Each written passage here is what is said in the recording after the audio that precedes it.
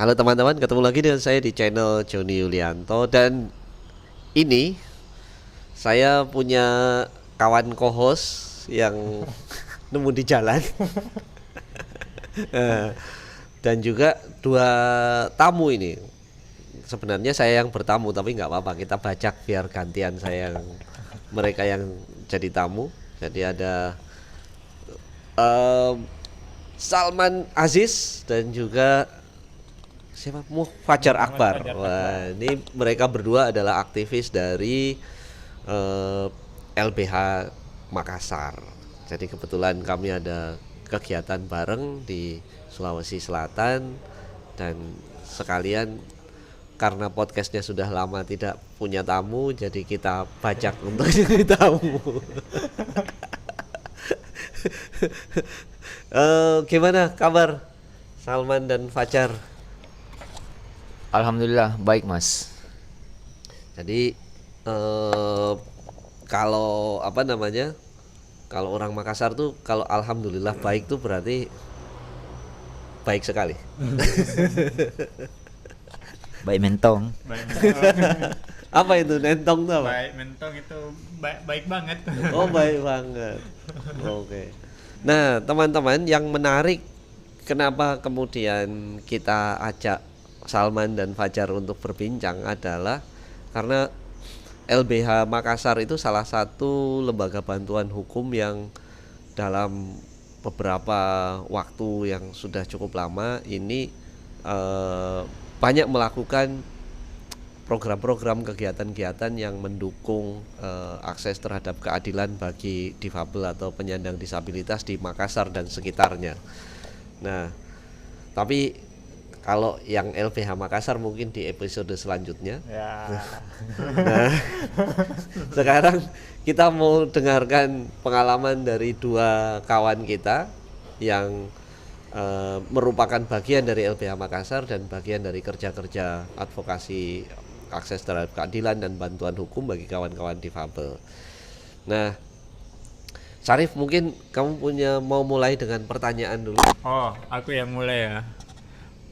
Mungkin si Fajar atau Salman bisa memperkenalkan diri dulu, apa namanya, kegiatan sejauh ini sebelum di LBH apa aja, selain di LBH kegiatannya apa aja.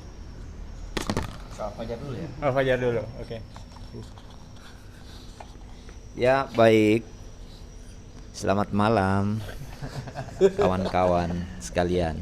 Ya aktivitas sebenarnya untuk teman-teman di LBH, karena kita ini kan basic lahir dan bergabung di gerakan bantuan hukum struktural yang menjadi fondasi LBH itu memang karena lingkup aktivitas kita sejak di kampus itu dekat dengan isu-isu kerakyatan secara umum itu.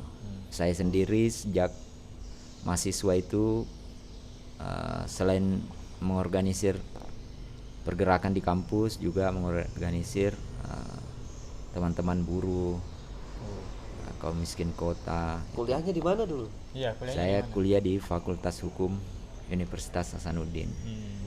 Waktu itu kondisi kampus masih, ruang demokrasi itu masih cukup baiklah, iklim demokrasi pada waktu itu pertengahan 2000-an gitu. Oh. Mungkin untuk Senior sekarang banget ini. saya sering mendengar banyak keluhan tentang iklim demokrasi kampus yang semakin gersang gitu. Waktu itu mungkin karena bahkan di Fakultas Hukum itu pergesekan pikiran sampai fisik diantara ideologi mahasiswa itu cukup keras waktu itu. Dan itu juga sampai di level kampus birokrasi. Dulu bahasanya di UNAS itu Fakultas Hukum dan Politik. Katanya itu Fakultas Ilmu Sosial dan Ilmu Politik, FISIP. Ilmu politiknya pindah ke Fakultas Hukum. Oh. Yang tinggal di mereka itu cuma FIS. Fakultas Ilmu Sosial.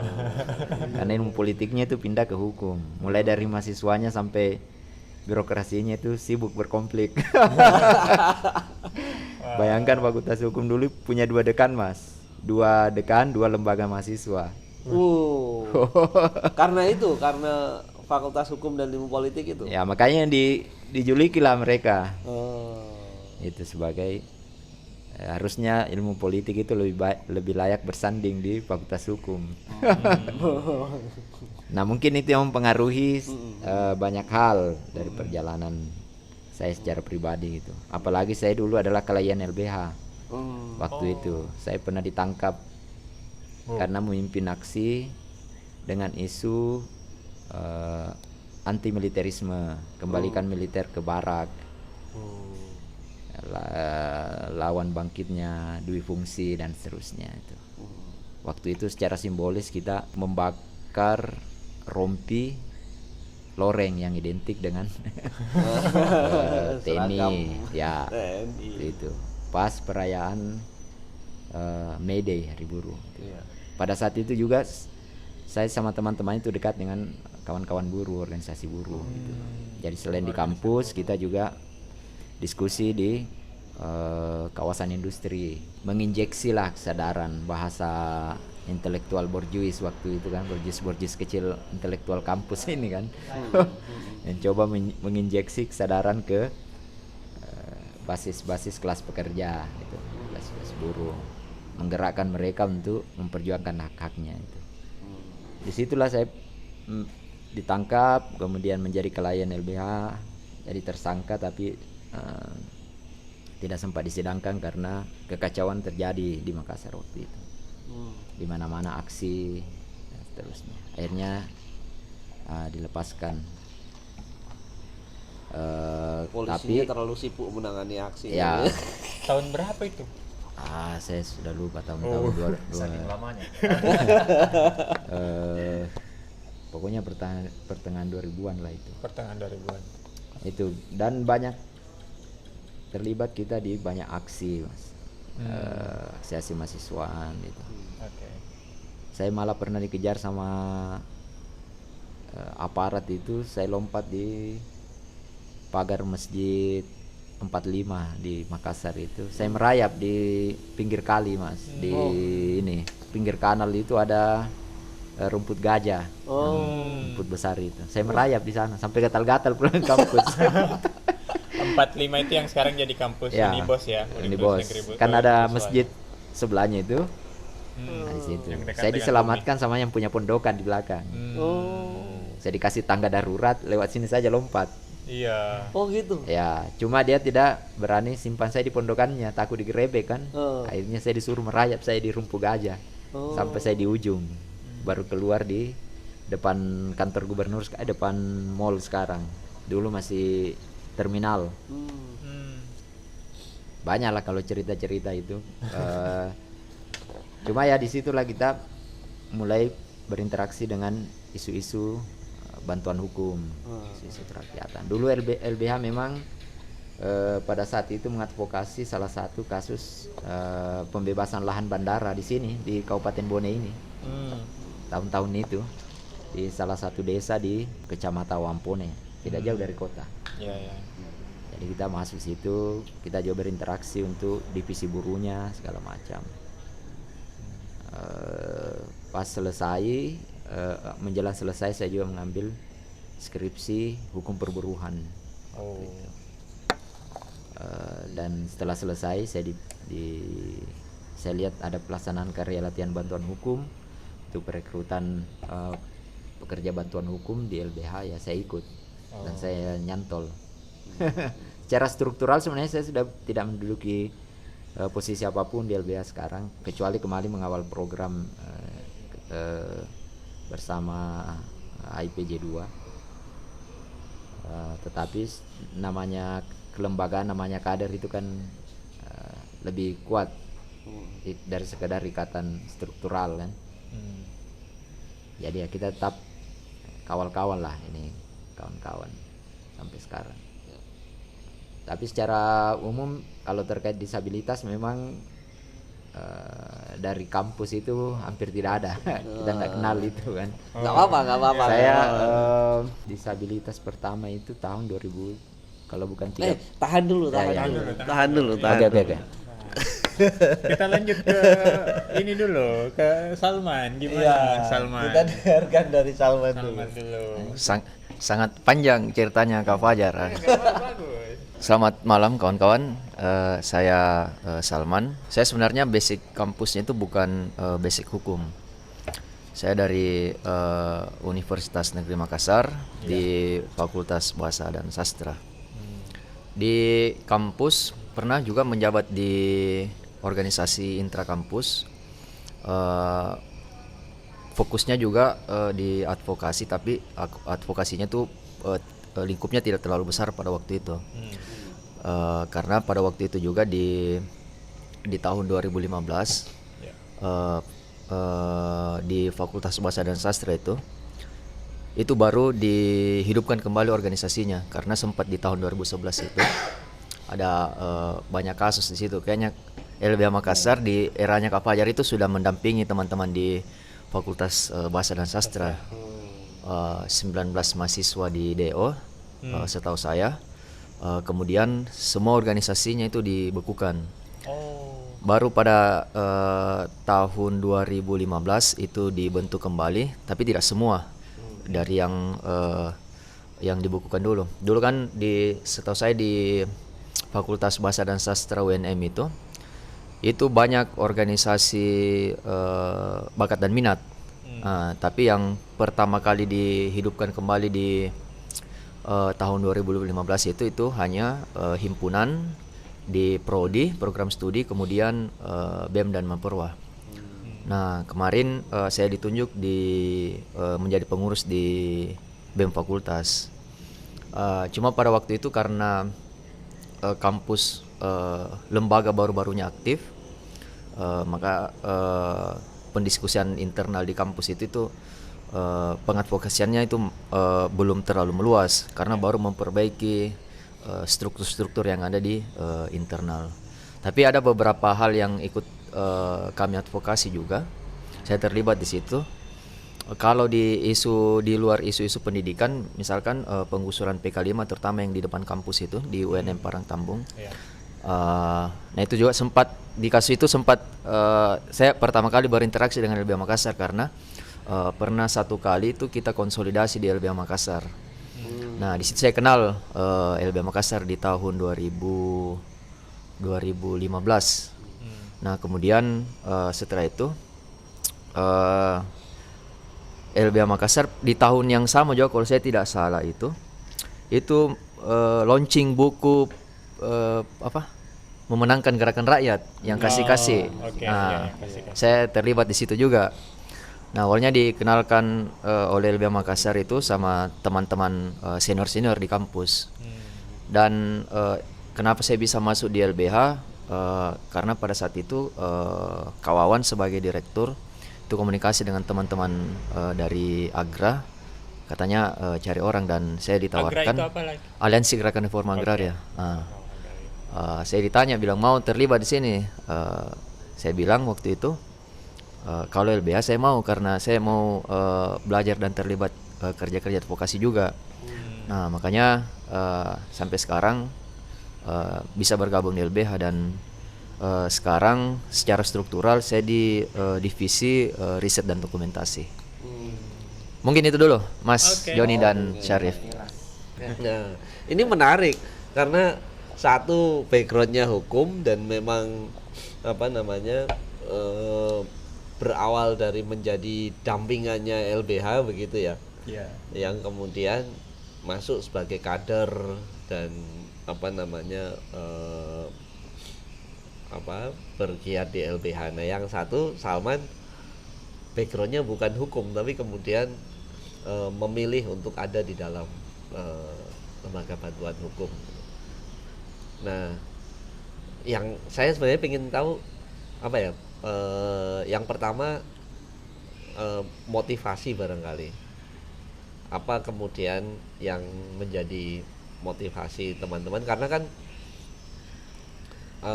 melakukan bantuan hukum apalagi untuk isu-isu struktural itu kan resikonya tentu bukan sesuatu yang sederhana ya. Beda dengan misalnya apa namanya pendampingan yang kebanyakan dilakukan gitu, ini lebih banyak berhadapan dengan struktur, baik itu apa otoritas pemerintahan maupun ya nggak jarang juga militer dan lain-lain. Apa yang jadi motivasi terbesar waktu kemudian milih di LBH gitu, apalagi orang sastra? Kalau hukum sih kan enggak terlalu jauh lah kan, secara basic. Tapi minimal kita misalnya bisa melihat dari dua sisi ya. Anggaplah satu dari sudut pandang ideologis, memang bahwa LBH ini tempatnya orang berjuang yang hal-hal yang ideal, gitu, terkait dengan pemenuhan hak itu yang kita pelajari di kampus itu. Dan memang di sinilah orang bisa memperjuangkan ide-ide itu secara konkret, dan LBH memang punya track record di situ itu. Dan itu yang membuat kita tertarik sebenarnya LBH. Apalagi kayak saya ini kan saya klien dulu dan saya tahu rasanya itu didampingi sama orang LBH itu. Nah, tapi dari sisi yang kedua sebagai sarjana hukum yang hendak secara pragmatis bila mau menjadi advokat, salah satu tempat terbaik untuk cepat jadi advokat adalah LBH. Dulu kan zaman 10 tahun yang lalu itu, sampai 10 tahun yang lalu itu orang masih sulit untuk menjadi advokat. Berbeda dengan sekarang ya. Kalau ujian pradi dulu itu, saya ambil langsung contoh, saya ujian pradi itu se-Indonesia Timur 160-an peserta se-Indonesia Timur. Yang lulus 30 orang. Dan rata-rata begitu. Paling tinggi itu kalau 20% saja. Yang paling tinggi itu kalau 30% lulus dari semua peserta. Rata-rata seperti itu dulu ujian advokat. Dan LBH ini salah satu tempat yang paling mantap untuk belajar. Itu secara pragmatis ya kalau kita menjadi advokat. Nah, itu juga memotivasi tentu itu. Di luar hal-hal yang memang secara ideologis sudah ada di kita karena kita sudah belajar di kampus. Itu hal-hal yang ideal. Kira-kira begitu, Mas. Salman, Lanjut ya. Salman gimana? Iya, lanjut. Ya hampir sama mungkin dengan Kak Fajar. Saya sebenarnya tidak punya bayangan sebelum masuk di proses perkuliahan. Saya tidak ada bayangan akan terlibat di kerja-kerja advokasi. Karena waktu SMA dulu itu saya punya cita-cita cepat selesai. Jadi kuliah, target 4 tahun paling lama, cari kerja, cari duit. Malah dulu saya sangat tertarik jadi sales mobil Toyota. Kenapa saya tertarik di situ? Karena ipar saya itu sales mobil. Terus suka kasih laku banyak mobil, otomatis banyak keuntungan yang dapatkan. Nah, saya tertarik di situ karena cepat dapat duit. Saking saya maunya itu, jadi saya sebelum masuk kuliah itu, waktu SMA kalau saya tidak salah kelas 3 ya. Jadi saya beli tas itu saya persiapkan tas itu untuk ditempati brosur mobil di dalamnya. Jadi kalau saya kuliah sambil bagi-bagi brosur juga. Karena saya kejar itu soal kerja, soal duit. Tapi pas masuk di kampus, ketemu sama senior, diajak gabung, nongkrong, diskusi, sampai akhirnya cara pandang itu berubah. Nah, diikutkan kerja-kerja advokasi dari titik yang paling terkecil itu, seingat saya, bagaimana bisa organisasi di kampus itu bisa aktif kembali karena berorganisasi itu kan bagian dari hak-haknya mahasiswa di dalam kampus. Terlibat di situ, banyak ikut diskusi dan akhirnya ya itu tadi cara pandang itu berubah. Akhirnya karena ada pengalaman di Kota Advokasi, terakhir itu ikut dilibatkan di pendampingan yang di PK5 tadi mah semakin tertarik, arahnya berubah itu. Nah, terus pas ini organisasi dihidupkan kembali, itu didorong sama senior-senior untuk menjadi pengurus di Badan Eksekutif Mahasiswa tingkatan fakultas. Nah, di situ kerja-kerja organisasi, terlibat advokasi, dan cara pandang itu bertahan sampai sekarang. Makanya waktu ditawari masuk di LBH, ya saya iayakan saja karena yang pertama itu tadi cara pandang itu sudah berubah, kemudian ada peluang untuk di join di organisasi yang cukup besar dalam melakukan advokasi. Ya saya tanpa berpikir panjang soal itu kemarin. Nah mungkin itu Mas. Oke, ini menarik. Nah, di kalangan kita, organisasi bantuan hukum khususnya LBH itu kan sudah nggak asing gitu ya. Tapi saya tuh pernah coba tanya-tanya ke adik-adik mahasiswa, terutama yang bukan hukum. Kamu tahu LBH nggak? Apa itu ya, Kak? Nah, karena ini kan yang nonton mungkin juga bukan hanya kawan-kawan yang bekerja di kerja-kerja advokasi, lebih lagi terkait dengan advokasi hukum gitu. Jadi mungkin ini ke Fajar mungkin ya, Fajar bisa sedikit memberikan gambaran gitu, bagaimana sih kerja lembaga bantuan hukum itu, apa saja yang dilakukan, dan kemudian khususnya barangkali gitu kalau ada pengalaman-pengalaman yang menarik dari Fajar selama melakukan pendampingan dalam kasus-kasus yang didampingi oleh LBH Makassar. Banyak pengalaman. Kalau Pilih satu. ya memang kalau sebenarnya kalau LBH itu sebelum Undang-Undang Bantuan Hukum 2011 itu disahkan, memang ya kalau dibilang popularitas atau apapun sejenisnya itu memang hanya di kalangan-kalangan ini kan. Tentu itu pun sebenarnya orang menganggap LBH itu ya kantor pengacara. Iya. Kurang lebih seperti itu. Iya. Gitu. Meskipun pada prakteknya memang sudah dari dulu juga LBH bekerja sebagai NGO kan, sebagai SM, kerja program. Bahkan dulu direktur LBH itu sempat didemo LBH Makassar sama mahasiswa karena dianggap antek asing karena menerima anggaran program pada waktu itu dalam sejarahnya LBH Makassar itu. Dan kalau di kampus ya kalau LBH Makassar ya pengalaman saya pribadi ya itu dikenal karena hampir semua kasus-kasus masyarakat itu kasus buruh, miskin kota yang populer di Kota Makassar pada waktu itu, yang viral lah kalau istilahnya sekarang, yang booming kasusnya itu pasti ada LBH di dalamnya gitu.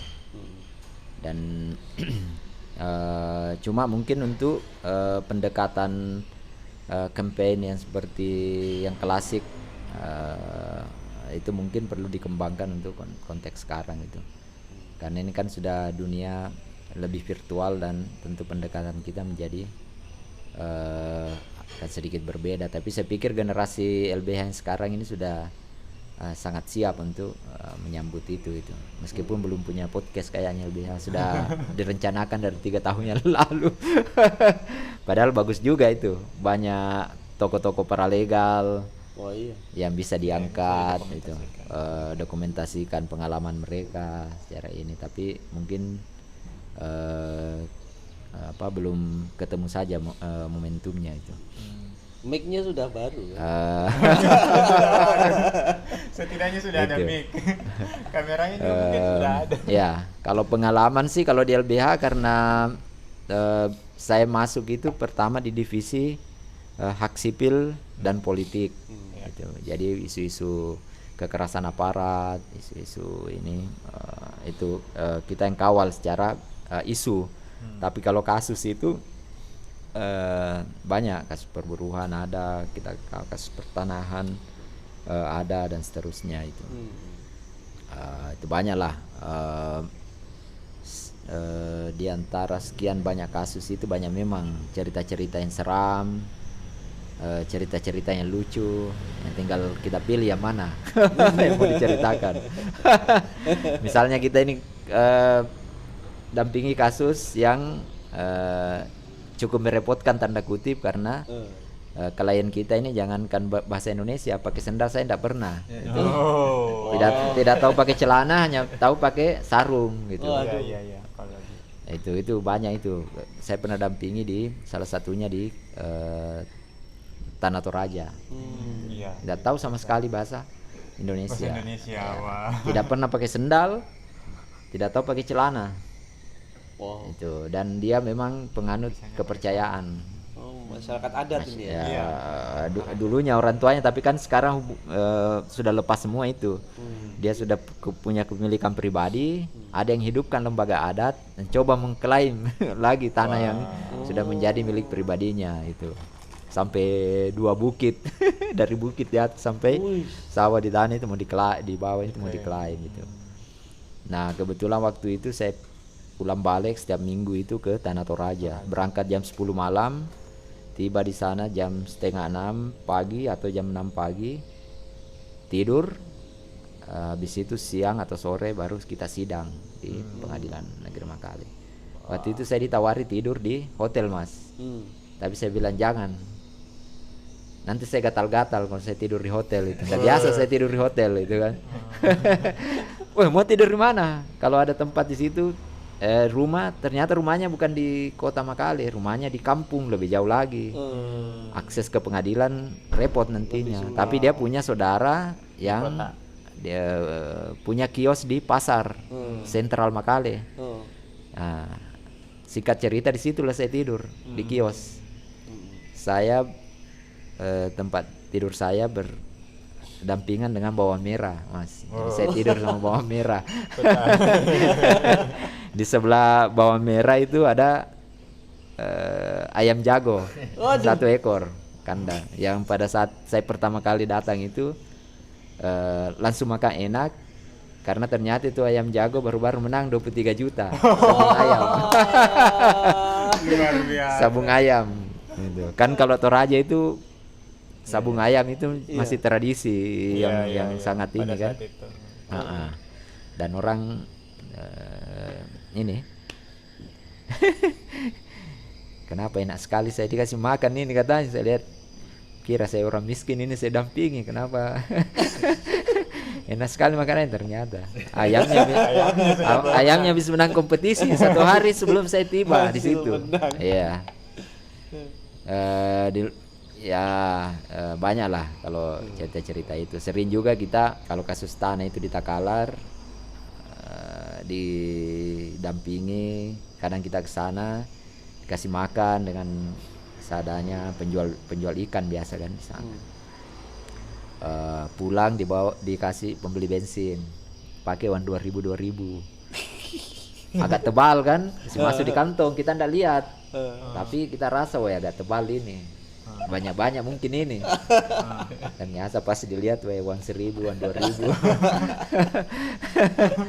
Tidak apa-apa ya. Seperti itulah. Nah itu yang paling berat, apalagi kalau di tempat umum, Mas. Misalnya kita dampingi orang di pengadilan, kita sebenarnya tidak mau, tapi apa ya namanya kantong menghadap ke atas kan.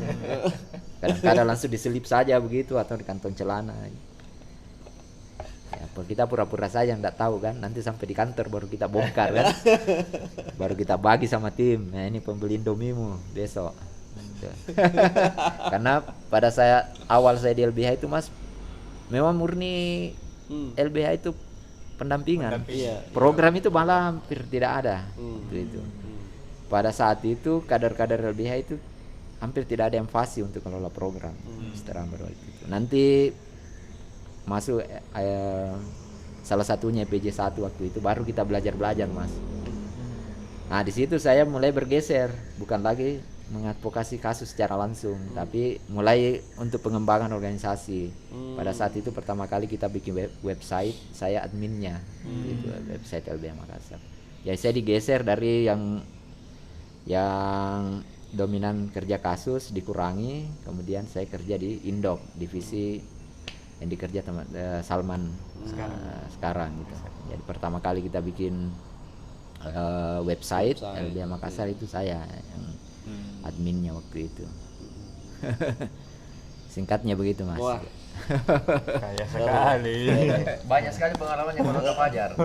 Yang seram-seram masih banyak. Karena saya sering dengar. Yang tadi saya kayaknya sudah sempat dengar itu, yang tidur di dekat Ya, bawang merah. ayam jago. setiap minggu itu Mas. Tiap minggu ya. Iya. Tiap minggu luar biasa. Iya, Toraja itu sekitar berapa jam dari Makassar? 8 jam. 8 8 jam dari Makassar. Jadi lumayan jauh. Jam 10 malam. Jam 10 malam baru ada Bus terakhir. Iya. Nah, kalau orang hukum kan biasa ya, artinya bukan biasa sih. Kalau saya mewakili pandangan kebanyakan masyarakat gitu ya, itu wah ya LBH itu tempatnya orang-orang jurusan hukum gitu. Nah, kalau Salman kan jurusannya bukan hukum, masuk di LBH. Nah, mungkin bisa kasih pandangan kenapa sih atau bagaimana sih orang yang non hukum juga sebenarnya penting dan punya relevansi untuk menjadi bagian dari lembaga bantuan hukum. Kayaknya Kak Fajar yang harus jawab itu ya. Oh, Jangan. Oh saya ya. Karena Kak Fajar. Ya, sebenarnya setahu saya di era Kak Wawan yang jadi direktur itu mulai dibuka penerimaan yang non hukum, walaupun tapi tetap dia bagian dari advokasi. Kan kerja-kerja advokasi itu tidak mesti semua orang-orang hukum. Misalnya kan semacam pengelolaan website atau divisi riset kan tidak mesti orang hukum juga. Nah, di situ mulai dikembangkan. Di tahun 2000 saya masuk di akhir 2017. Kemudian jadi panitia Kalabahu di tahun 2018. Itu yang dari 5 orang yang direkrut 2 non hukum ya, walaupun pada akhirnya 2 non hukum, walaupun pada akhirnya Melisa dan Uki ini sekarang kuliah hukum. Dia 1 tahun berinteraksi kan dengan kerja-kerja LBH, 2 tahun mendaftar kuliah di hukum. Jadi sebenarnya kan ya itu tadi, kalau ditanya kenapa ada orang-orang non hukum di LBH, ya tidak semua pekerjaan itu bisa dikerjakan oleh orang hukum. Orang-orang hukum itu baru terlibat di advokasi misalkan kalau dia kasus perkaranya itu sudah masuk di pengadilan, karena kalau bukan orang hukum, bukan basic advokat kan tidak bisa. Ya walaupun sebenarnya dulu kalau saya tidak salah ingat ada permen yang bisa melibatkan misalkan paralegal melakukan pendampingan di dalam persidangan, tapi itu kemudian digugat di Mahkamah Agung, kemudian dibatalkan permen Kumham itu. Nah itu mungkin Kak Fajar bisa yang tambahkan lagi, karena dia yang ada di periode itu mulai mengembangkan bahwa penerimaan kaderisasi itu tidak mesti non hukum, tidak mesti orang-orang hukum ya. Pelaku yang membuka lebih luas. Sebenarnya praktek merekrut non sarjana hukum itu sudah ada sejak dulu Mas, di LBH lain terutama kan. LBH Makassar waktu itu bahkan beberapa tahun sebelum saya masuk itu memang secara internal kekurangan advokat. Karena rata-rata alumni Kalabahu sebelumnya itu kemudian tidak bertahan lama, yang menjadi pengacara, lolos peradi karena susah payah waktu itu orang lulus, dan ini akhirnya dia keluar juga dari LBH. Jadi paling bertahan berapa lama, bahkan untuk memenuhi, dengan demikian untuk memenuhi sumber daya advokat saja LBH kesulitan itu pada waktu itu. Akhirnya pada masa-masa tertentu Direktur LBH kemudian bersurat ke kantor senior alumni LBH supaya mengirim advokatnya untuk mengabdi di LBH, advokat-advokat barunya itu. Ada masa seperti itu waktu itu. Jadi mulailah kemudian bergeser itu perspektif Kalabahu bahwa sebaiknya kita fokus saja di perekrutan calon-calon advokat untuk kita didik itu. Nanti kemudian berkembang di era tahun 2010-an itu akhir periode direktur Pak Asis kalau tidak salah sampai Pak Wawan itu mulailah kemudian banyak kerja-kerja yang non hukum itu terkait dengan kampanye, terkait dengan apa kan pendokumentasian dan seterusnya. Bahkan kemudian keuangan yang sebelumnya tidak diwajibkan ikut Kalabahu harusnya sekarang diwajibkan ikut Kalabahu supaya perspektif itu ada di semua bidang kerja gitu. Kerja organisasi. Jadi misalnya keuangan, apapun pekerjaannya, mau kasir, mau manajer, mau admin, apapun itu semuanya sekarang dikenal sebagai pengabdi bantuan hukum. Jadi ideologi bantuan hukum struktural itu mesti ada di semua kader, sudah sejauh itu sekarang itu. Bahwa kemudian ada beberapa teman-teman yang direkrut akhirnya tertarik untuk menjadi advokat juga, itu sulit dihindari, itu konsekuensi logis memang, dan itu ada dalam sepanjang sejarah. Memang ada banyak sekali teman meskipun dia tidak masuk di LBH tapi karena sering bergaul dengan kita akhirnya selesai satunya non hukum ambil lagi satu hukum gitu, atau malah tidak selesai satunya hukum pindah ke kampus lain ambil hukum gitu karena terpengaruh kan. Kalau bahasanya dulu kalau sudah kalau advokasi kasus-kasus yang besar itu ya yang paling ditunggu bicara ya advokat mudanya LBH Makassar itu. Jadi semua orang termotivasi akhirnya jadi advokat gara-gara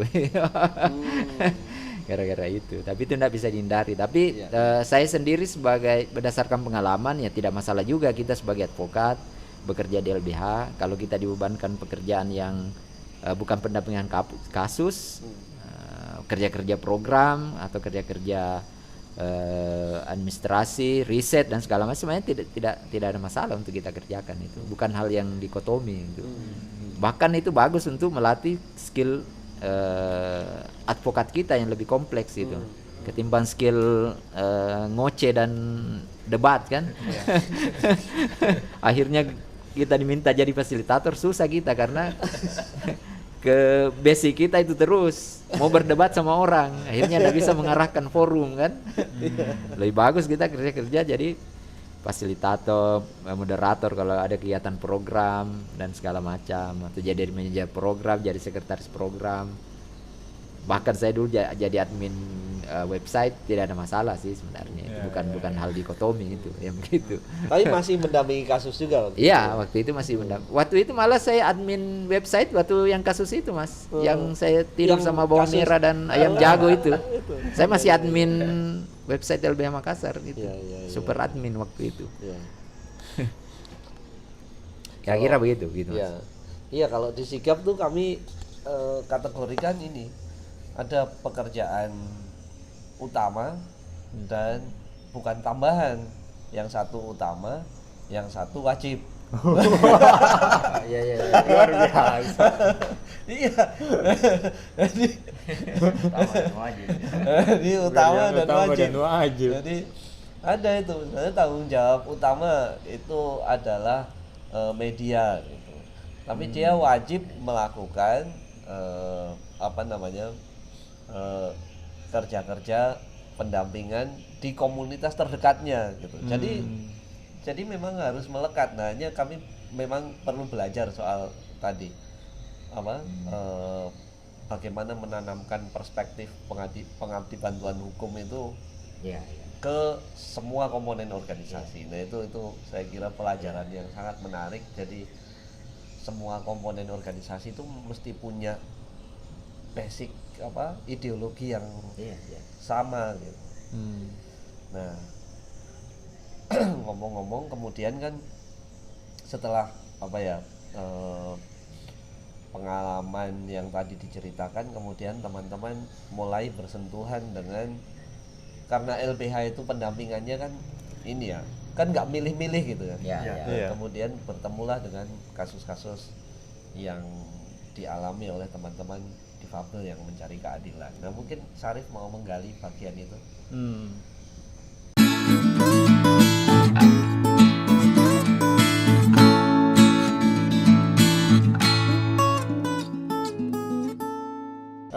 Sebelum ke sana, kalau saya sendiri tuh mulai banyak terpapar menemukan kasus difabel yang berhadapan dengan hukum ketika gabung di Perdik di 2016